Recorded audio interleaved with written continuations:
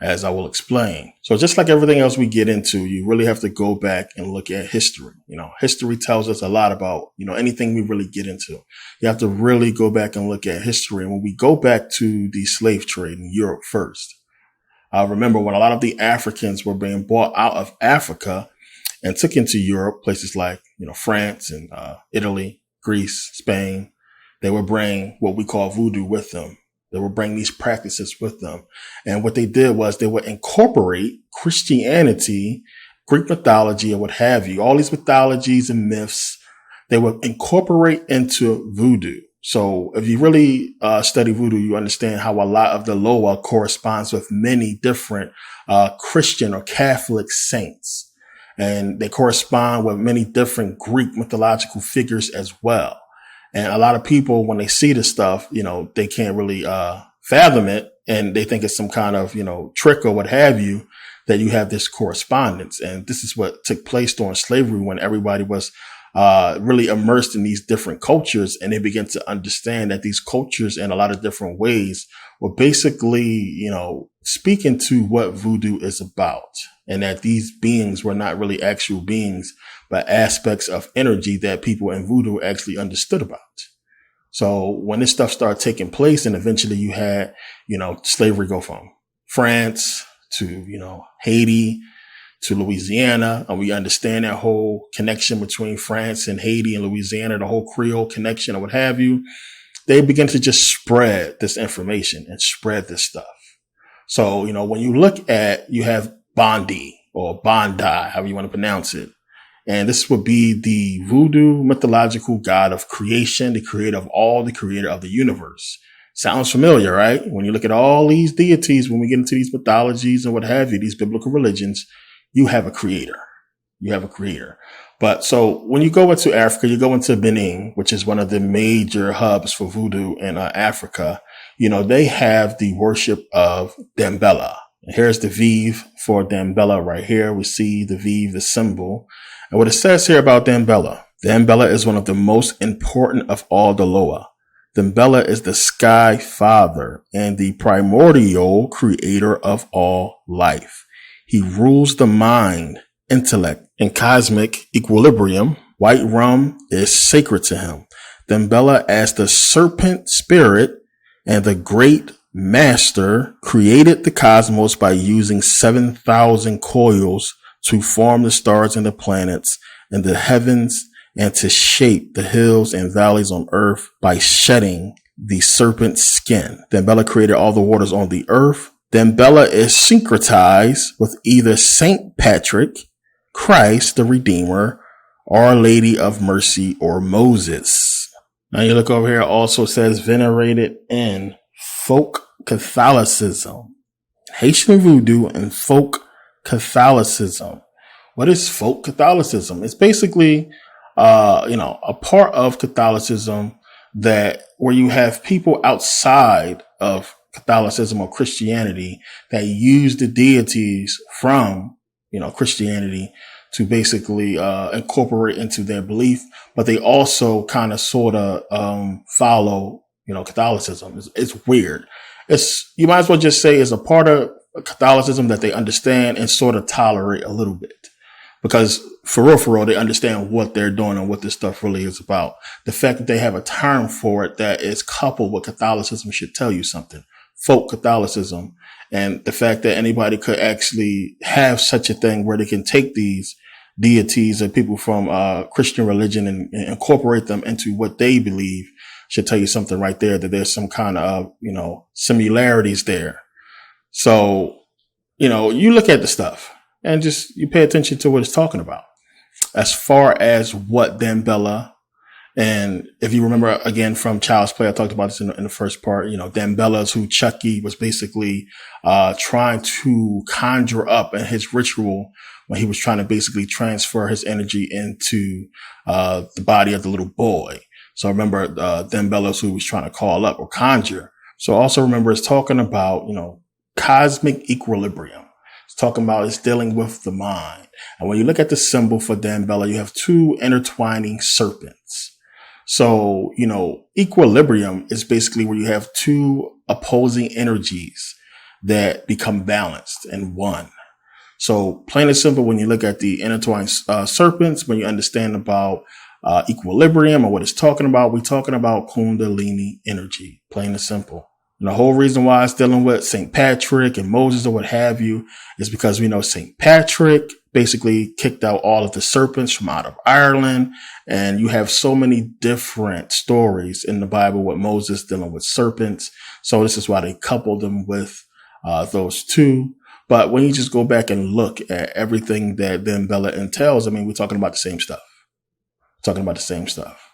And it's talking about the primordial creator and everything that we find in ancient Kemet and, gods, creating planets and people. It's the same story, people. And this is what I want you guys to come away with and understand when we get into this stuff, because, I have a lot of people who hit me up about really wanting to believe. It's just something that a lot of people have within them because this reality is so horrible. So many people want the magic. So many people really want the magic. And this is one of the reasons why you have a lot of people stuck in biblical religion, because they want the magic. They want it all to be real. They want all this stuff to basically somehow take them out of their reality. And, when you live in a harsh reality, to some people that seems, impossible to escape from or to be saved from, you really wish and hope for some kind of magic or power to help you break out of this stuff. And if you watch my videos, I told you what that is and how, what that really entails. And a lot of this hocus pocus stuff that a lot of people find in voodoo, a lot of this stuff people want voodoo to be, and want magic and witchcraft to be. It's just not it. It's not like TV. But at the same time, if you can understand this, as we'll prove in this video, if you can understand that, believe it or not, this is all these people are using to be where they at right now. So if you really want to go ahead and look at a Will Smith and, these people who are in power, people who have really high ranking positions and who are doing amazing things, Angelina Jolie and Madonna, Halle Berry, or what have you, Jennifer Lopez, Brad Pitt, all these people, all these major celebrities, everybody who I showed you who went to the wall, all these people who really get into this stuff deeply and show it in their content. This is what they're doing. And it's a way that you have to do this stuff, which I don't know if we're going to be able to get into that because it's not something I'm willing to put on video. But this is what they're doing. This is what it's all about. So if you really want to get immersed in some kind of power or magic or what have you, this is all they're using, So as far as you wanting this stuff to be real, understand that it's real, but not in the way that you think it is, but in a way to where, again, where you can manipulate people, that if you manipulate people, which people, we are the ones who are affecting this physical reality, then you can, in essence, manipulate your reality, if you understand what I'm trying to say. So, for instance, if you just trying to get money, you manipulate the people who can give you the money. You do what you got to do to manipulate the situation to where you can get money out of it. And this is what these people are doing. And this is what this government is doing. They are doing voodoo, witchcraft, magic, all in one. And we're going to really get into this. That's all it is. So, don't get caught up so much in the spookism and all the hocus pocus, magical, sparkly stuff. And really understand that it's unseen, the real magic. You can't see it. So as I said, you're going to have a lot of these lower, a lot of these spirits that you're going to find goes back to biblical religion, and that they incorporated them within voodoo to really give you an understanding about what this stuff is about. So really, there it is right there. There it is. So again, to get you away from that whole thinking about this stuff being something other than the same with ancient Kemet, the same with Islam, the same with the Bible, what have you, it's the same shit, same stuff. As I said in part 1, it just deals with energy, but you got to know the application, how they're doing this stuff. And that it goes back to the same stuff. And in essence, we're only talking about energy, frequency, vibration, sound, plain and simple. That's all it is. So when you look at that and you see Dan Bella dealing with, the same type of stuff that we find in biblical religion, Greek mythology, ancient Egyptian mythology, you can see how it goes hand in hand. And as I said, they coupled it with biblical deities, what have you, biblical mythologies, and to give you a better understanding. So we're going to find this stuff. And you can also find other Loa and Voodoo dealing with, Catholic saints. So a quick example, you have Baron Criminal, who is a aspect of Baron Samide or Samide. And Baron Criminal is linked with Saint Martin de Porres because Baron Criminal has a feast day on November 3rd. And Saint Martin de Porres died November 3rd. And you have also Mother Bridget, who is the wife of Baron Samide. She is linked with Saint Bridget, and they both are basically the protectors of gravestones and crosses. So as I said, you're going to find in many different cases where you have many Voodoo Loa being linked with a lot of Catholic saints, a lot of Christian deities or what have you. And, you have to try not to get caught too much up in the story, but to really understand that they are linked for a reason. And when you understand what the aspect of a lot of these Voodoo Loa is, you understand what power they are trying to conjure up by understanding, what is really behind the names or behind the aspects of a lot of these Loa, what have you. So in those cases, when you actually performing rituals or, it's just one of the things you need to know. So what's the point of all that? Why did these people incorporate Catholicism or what have you into voodoo? Why did they do all that? And the whole thing is, one, these priests are not stupid. The voodoo priests ain't dumb. They understood what this stuff was the minute they seen it. How? Why? How is because they understand words. They understand the power of words. They understand the power of frequency, vibration, and what this stuff really is. When a voodoo priest, is training an apprentice to pass on his knowledge to before he dies, he passes along to him secrets. And, the whole thing is the only way to know the secret is to be a voodoo priest.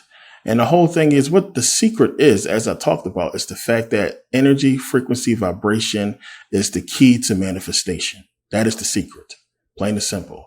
In any way, shape, or form you want to put it, when you want to get to the pinnacle, you really want to understand deeply what all this magic and hocus pocus is.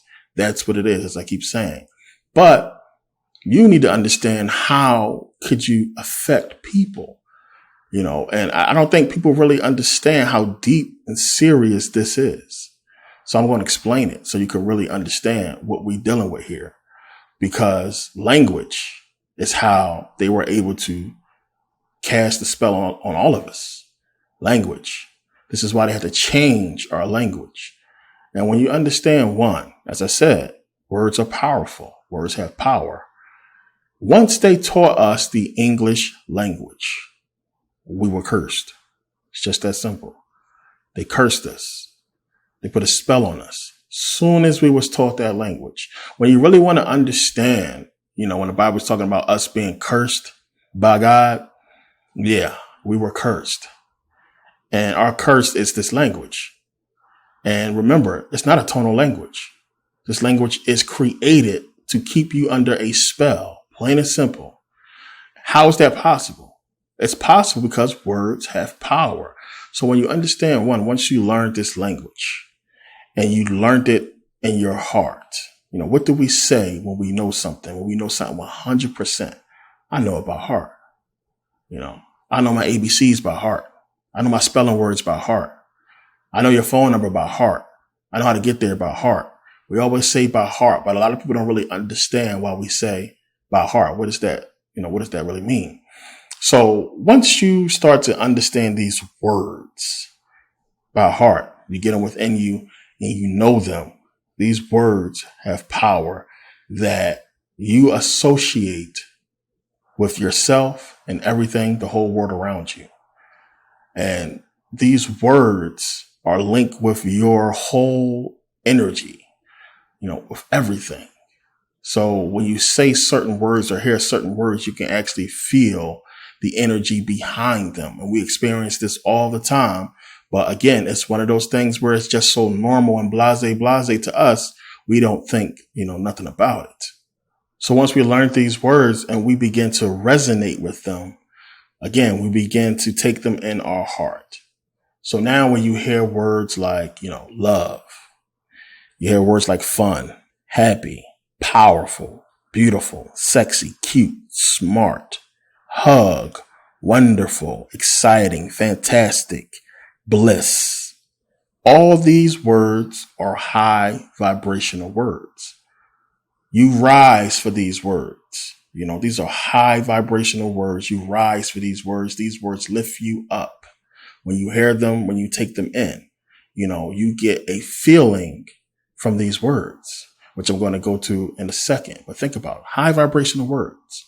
So just how you have these high vibrational words, you have low vibrational words. Words like disgusting, sick, ill, fail, bad, sad, depressed, lonely, die, death, murder, rape, etc. All these are low vibrational words.